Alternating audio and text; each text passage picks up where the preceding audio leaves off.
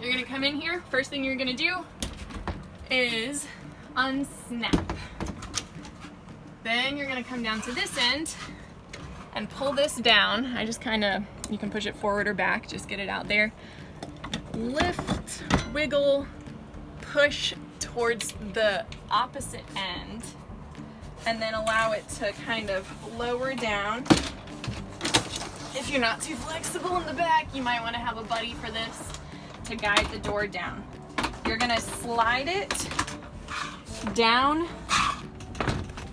through to like the outside of this threshold. Push the door up against the wall. Now you'll know if you're not level because this will be really hard to fit in there.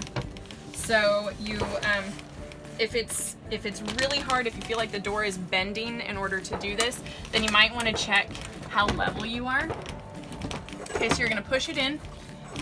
I'm probably not super level right now, but pull this one down, push this one up, and make sure that it's actually inside this hook here.